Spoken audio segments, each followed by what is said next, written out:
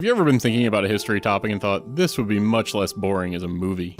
On Midmost Coast, we take a look at the life of Julie d'Albini and make a pitch for adapting the story of her life into a major motion picture. Julie was born in the early 1670s in France. Her father is Gaston d'Albini, master of the horse for King Louis XIV. Her mom died in childbirth, so Gaston is forced to raise her alone. Part of his job includes educating pages, so he throws his daughter in with the boys. Julie becomes a very talented fencer and takes a liking to dressing as a man. Yes, really, this is how a man dressed in 1670s France. Her dad's boss is Count d'Armagnac. He's well connected to the king, and he takes a young Julie as a mistress. D'Armagnac arranges her marriage to Sire de Maupin. He's somebody we won't hear much about in this story. He becomes a tax collector. But this is where Julie gets her famous last name, Maupin. The now Julie Maupin hears the call of the mixed martial arts of the day, fencing, and she joins something called a salle d'armes. It's French for fencing hall. Here she trains with a man named Syrah. He kills a man in an illegal duel, as was the style at the time. The two have a bit of a whirlwind romance and they flee Paris together.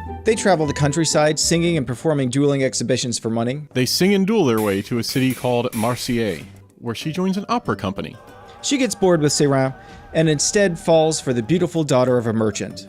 The merchant's family considers the relationship taboo, as one might expect in France in the 1600s. And they hide their daughter away in a convent in Avignon. Julie decides to rescue her damsel in distress. She tracks down the convent, encounters a nun, and then... No, that doesn't happen. No. Julie tracks down the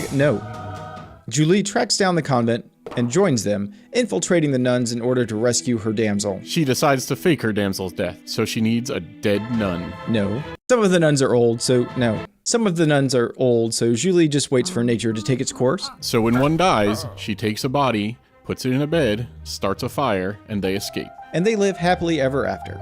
For about 3 months. This is just the start of the story of Julie d'Albini, a woman known to most as La Maupin. Word gets out about what happened and Julie is sentenced to death by burning at the stake, as was the style at the time. The two split up, and in a town called Poitiers, Julie meets an old, wise, drunk acting guru, a man named Maréchal. He's like a drunk Yoda acting coach. After a drunk acting training montage, he passes out, and she is ready to take on the big stage in Paris. On her journey back, she's insulted by 3 men in a tavern. She beats them all in duels. She feels badly about seriously injuring one of her opponents and goes to check on him. He turns out to be the son of a duke, and his name is d'Albert. They fall in love, at least for a little while. d'Albert returns to his military duties, and Julie continues her circuitous return to Paris. In a city named Rouen, she meets Gabriel Vincent Thévenard. He's also an aspiring actor, and they resolve to make it together in the big city. He goes on ahead because she has a small matter to take care of, the issue of her death sentence. So she sneaks back into Paris and asks d'Armagnac for help. He speaks to Louis XIV, tells him what she's done, and he thinks it's hilarious. So the king annuls her death sentence. Now Julie is free to join her friend Thévenard at the Paris Opera. Right now, she's only 20 years old. Her performances are received well, and this is the period of time she becomes known to the public as simply La Maupin. Or in English, the Maupin. She develops a crush on fellow star Rochois, and later Fanchon Moreau, a woman who's actually mistress to the Dauphin. Her infatuations are not reciprocated here. One day, an actor named Dumenil insults her and her friends, so she decides to seek revenge.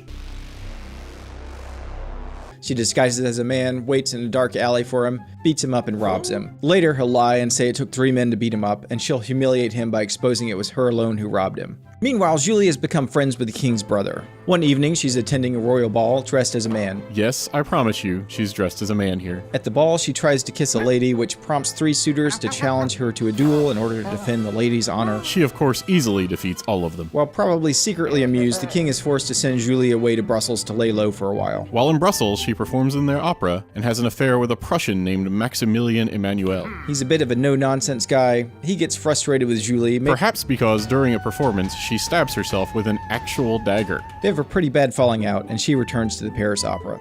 She eventually settles down with a woman named Madame la Marquise de Florensac. They live happily for a while, but de Florensac, who is also married, becomes pregnant and dies during childbirth. As was the style at the time. Not much else is known about this story, except that Julie, probably devastated, dies a few years later. Some stories have her returning to the convent that she lit on fire in her youth to live out her final days. Listen to the Midmost Coast podcast episode Script Bandits, La Maupin, where we talk at even greater length about the life of Julie d'Albini and speculate on how it might be adapted for the big screen. Obligatory message about liking this video and subscribing to our channel. You can also visit us at midmostcoast.com.